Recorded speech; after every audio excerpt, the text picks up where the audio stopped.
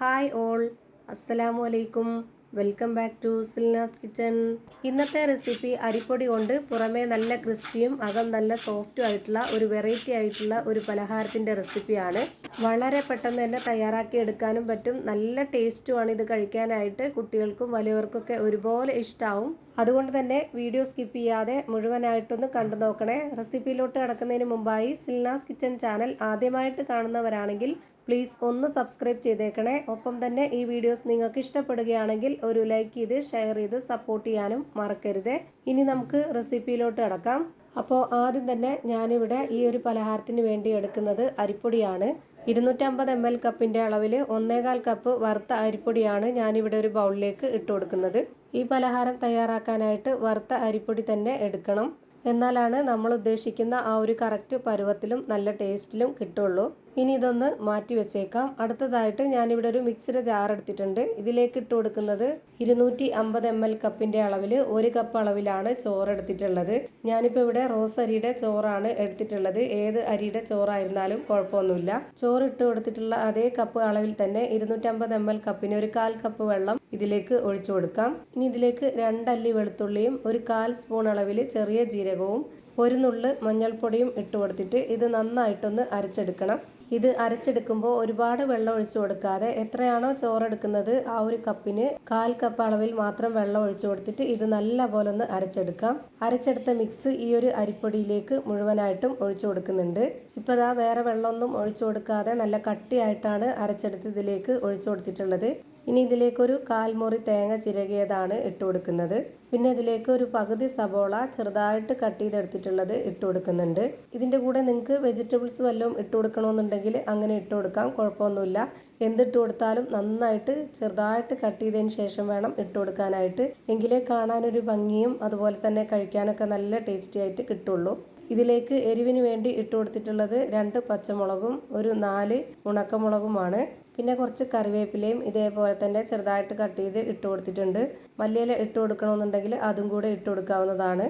ഇനി ഇതിലേക്ക് ആവശ്യത്തിനുള്ള ഉപ്പും കൂടെ ഇട്ട് കൊടുത്തിട്ട് കൈവച്ചതുപോലെ നന്നായിട്ടൊന്ന് യോജിപ്പിച്ചെടുക്കണം. ഇതുപോലെ നന്നായിട്ട് യോജിപ്പിച്ചെടുക്കുമ്പോൾ നമുക്ക് ഇതിലേക്ക് വെള്ളം ആവശ്യമുണ്ടെങ്കിൽ വീണ്ടും ഒഴിച്ചു കൊടുക്കാം. ആദ്യം തന്നെ വെള്ളം ഒഴിച്ചു കൊടുത്തിട്ട് യോജിപ്പിക്കാൻ നിൽക്കരുത്, അപ്പോൾ ഇതിൻ്റെ പരുവം തെറ്റിപ്പോവും. ഇപ്പോൾ ഇതിലേക്ക് കുറച്ചുകൂടി വെള്ളത്തിൻ്റെ ആവശ്യം വന്നിട്ടുണ്ട്. അതുകൊണ്ട് തന്നെ ഇതിലേക്ക് കുറച്ച് വെള്ളം ഒഴിച്ചു കൊടുക്കുന്നുണ്ട്. 1/4 കപ്പ് വെള്ളം എടുത്തിട്ട് അതിൻ്റെയും പകുതിയാണ് ഞാനിതിലേക്ക് ഒഴിച്ചു കൊടുത്തിട്ടുള്ളത്. ഈ മാവിൻ്റെ പരുവം എന്ന് പറയുന്നത് നമുക്ക് ഉരുട്ടിയെടുക്കാൻ പാകത്തിനുള്ളതായിരിക്കണം. ഒരുപാടങ്ങ് ലൂസ് ആവരുത്, എന്നാൽ നന്നായിട്ട് ടൈറ്റ് ആവുകയും ചെയ്യരുത്. ഇപ്പോൾ ഇതാ കറക്റ്റ് പരുവത്തിന് ഞാനിതെല്ലാം യോജിപ്പിച്ചെടുത്തിട്ടുണ്ട്. ഇനി കയ്യിൽ കുറച്ച് ഓയിലോ എണ്ണയോ ഒന്ന് സ്പ്രെഡാക്കിയതിന് ശേഷം ഇതിൽ നിന്ന് കുറച്ച് മാവ് എടുത്തിട്ട് നമുക്ക് ഇതുപോലെ ഒന്ന് ഉരുട്ടിയിട്ടെടുക്കാം. ഉരുട്ടിയെടുത്തതിന് ശേഷം കൈകൊണ്ടൊന്ന് പ്രസ് ചെയ്തിട്ട് ഈ ഒരു പരുവത്തിലാണ് റെഡിയാക്കി എടുത്തിട്ടുള്ളത്. എന്നാലാണ് ഇതിൻ്റെ അകമൊക്കെ നന്നായിട്ട് വെന്ത് കിട്ടുള്ളൂ. ഞാനിപ്പോൾ എല്ലാ മാവും ഇതേപോലെ തന്നെ ചെയ്തൊരു പാത്രത്തിലേക്ക് മാറ്റിയിട്ടുണ്ട്. ഇനി ഇത് എണ്ണയിൽ ഫ്രൈ ചെയ്തെടുക്കാം. അതിന് വേണ്ടിയിട്ട് ഞാനിവിടെ ഒരു പാൻ സ്റ്റൗവിലേക്ക് വെച്ച് ഫ്ലെയിം ഓൺ ആക്കി കൊടുത്തിട്ടുണ്ട്. ഇനി ഇതിലേക്ക് ഓയിൽ ഒഴിച്ചു കൊടുത്തതിന് ശേഷം ഓയിൽ നന്നായിട്ടൊന്ന് ചൂടായിട്ട് വരുന്ന സമയത്ത് ഇതൊരു മീഡിയം ഫ്ലെയിമിൽ ഇട്ട് കൊടുത്തതിന് ശേഷം ഓരോന്നോരോന്നായി ഇതിലേക്ക് ഇട്ട് കൊടുക്കാം. ഫ്ലെയിം നന്നായിട്ട് കൂട്ടി വെച്ച് ഫ്രൈ ചെയ്തെടുക്കരുത്, അപ്പോൾ ഇതിൻ്റെ ഉള്ളൊന്നും വെന്ത് കിട്ടത്തില്ല, പുറമേ നന്നായിട്ട് കരിഞ്ഞു പോവുകയും ചെയ്യും. ഇതിൽ ഒരുപാട് എണ്ണ ഒഴിച്ചു കൊടുത്തിട്ട് ഫ്രൈ ചെയ്തെടുക്കരുത്. ഇതുപോലെ പകുതി മാത്രം എണ്ണ ഒഴിച്ചു കൊടുത്തിട്ട് ഇതുപോലെ ഫ്രൈ ചെയ്തെടുക്കുക. എന്നാലാണ് ഇത് കറക്റ്റ് പരുവത്തിന് കിട്ടുള്ളൂ. അല്ലാന്നുണ്ടെങ്കിൽ ഇത് മുങ്ങിക്കിടക്കുന്ന രീതിയിൽ എണ്ണ ഒഴിച്ചു കൊടുത്ത് ഫ്രൈ ചെയ്തെടുക്കാൻ നിന്ന് കഴിഞ്ഞാൽ ഇതിൻ്റെ ഷേപ്പൊക്കെ വിട്ടുപോകും. ഇപ്പോൾ ഇതിൻ്റെ ഒരു സൈഡ് വെന്ത് കിട്ടിയിട്ടുണ്ട്. ഇനി ഇതെല്ലാം ഒന്ന് തിരിച്ചിട്ട് കൊടുക്കാം. ഇനി ഈ ഒരു ഭാഗം കൂടെ ഒന്ന് വെന്ത് വരട്ടെ. ഇപ്പോൾ ഇതിൻ്റെ 2 സൈഡും വെന്ത് കിട്ടിയിട്ടുണ്ട്. ഇനി നമുക്ക് ഓരോന്നോരോന്നായിട്ട് എണ്ണയിൽ നിന്ന് മാറ്റാം. ഇത്രയേ ഉള്ളൂ, കണ്ടില്ലേ? വളരെ സിമ്പിളായിട്ടുള്ള നല്ല ടേസ്റ്റി ആയിട്ടുള്ള ഒരു അടിപൊളി പലഹാരമാണ്.